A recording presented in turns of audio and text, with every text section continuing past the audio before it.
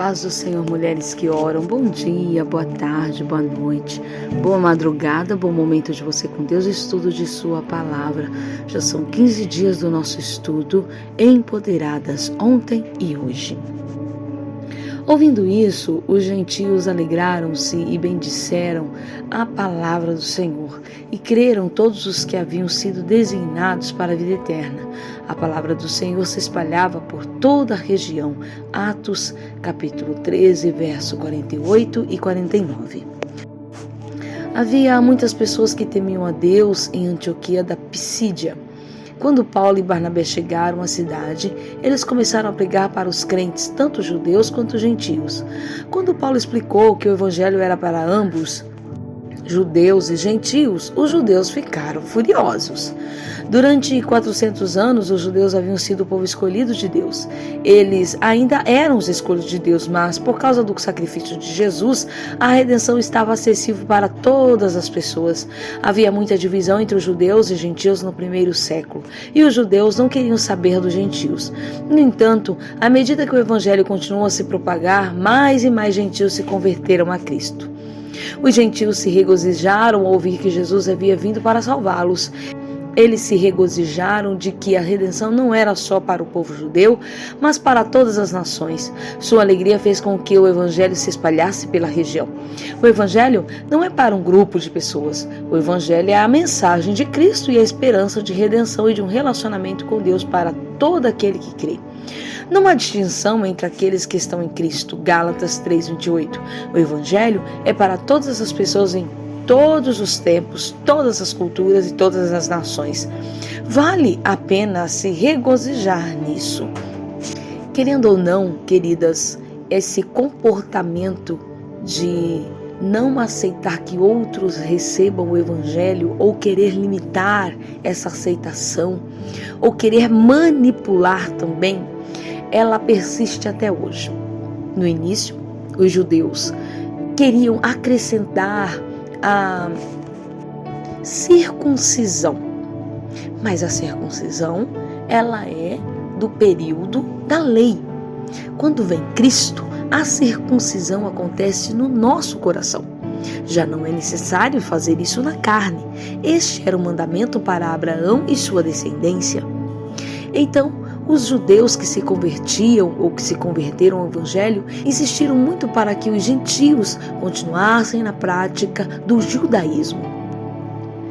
A pergunta para as nossas vidas, a forma que devemos aplicar esse estudo hoje em nós é: que tipo de religiosidade nós temos vivido a ponto de querer limitar a graça ou manipulá-la? Para ser crente, só pode ser desse jeito. Para ser salvo, só é dessa maneira, é desse jeito, é essa igreja, é essa placa. Olha, nós não fomos convidadas para sermos secretárias do Espírito Santo, controladoras de salvação. Não. Nós fomos orientadas pelo Senhor para sermos testemunhas. Isso mesmo.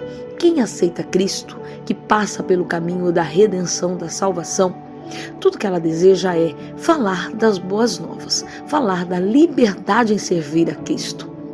Quem convence o homem do pecado é o Espírito Santo. Sim, é Ele quem convence. E é interessante que a cada um, ele tem uma forma de trabalhar e de exigir algumas coisas. É necessário que eu e você compreendamos isso. O meu papel, a minha obrigação, meu dever como serva é falar e viver o evangelho. Viver amorosamente, viver a piedade genuinamente, procurando a santificação que a Bíblia diz que sem a qual ninguém verá o Senhor.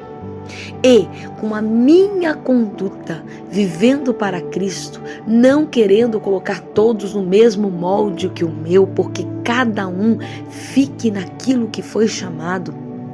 Eu preciso entender isso, você precisa entender isso. O que eu devo fazer é orar pelas pessoas para que elas de fato se entreguem a Cristo e sejam convencidas pelo Espírito Santo da necessidade de transformação, de mudança, de santificação. Eu devo estimular as pessoas a procurarem o conhecimento da palavra de Deus. Mas eu não devo limitar a graça, dizer para ser salvo ou para ser crente é dessa forma, é assim. Não sou eu que determino. Até porque, para uns, Deus exige sim algumas coisas, porque quem vê o coração é Deus, quem sonda o coração é Deus. Talvez você me ouvindo falar, falando nisso, mas isso fica muito aberto. Não, o Espírito Santo não perde rédea de nada. Ele tem o controle absoluto de tudo. Meu papel é ser um exemplo.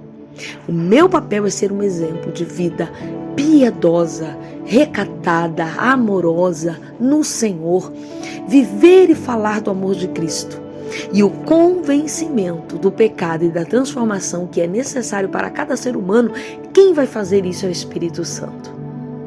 Eu te convido esse final de semana a refletir sobre isso, em que eu ou você, eu vou refletir aqui, você reflete aí, em que nós temos tentado engessar o plano da salvação nos nossos moldes religiosos e na maioria das vezes estão equivocados.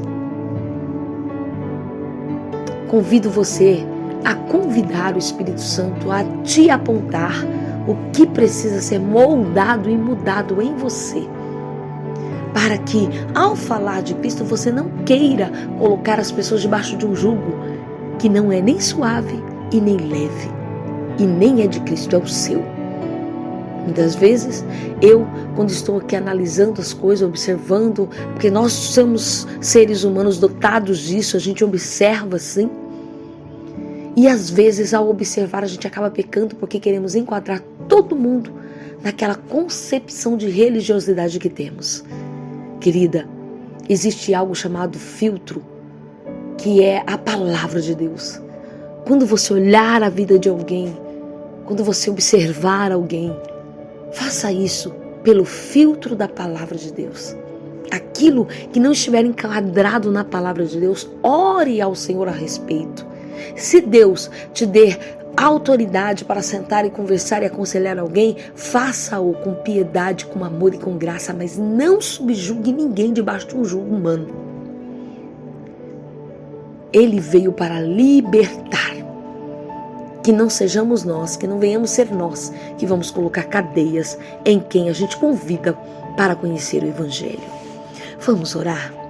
Deus Pai, obrigada por sua provisão ao me permitir ouvir o Evangelho. Eu louvo por permitir que todos sejam salvos por meio da fé. Eu lindo que a graça é para todos, a todos quantos querem. O Senhor é bom, amoroso e gentil. Ajude-me a amar os outros e a receber bem a todos na sua casa, na sua igreja, como corpo, sem distinção, sem imposição minha, sem crendices, sem religiosidade falsa. Oh, meu Deus, me ajude a viver a verdadeira religião, que é o amor, a caridade, a piedade, a justiça, a alegria e paz. Me ajude a viver o Evangelho genuinamente, com bondade, generosidade. Eu oro crendo e agradecendo, em nome de Jesus. Bom final de semana, querida. Que Deus abençoe sua casa, reflita, aplique e viva uma vida que louve o nome do Senhor. Voltaremos na segunda, se assim Deus nos permitir. Beijo!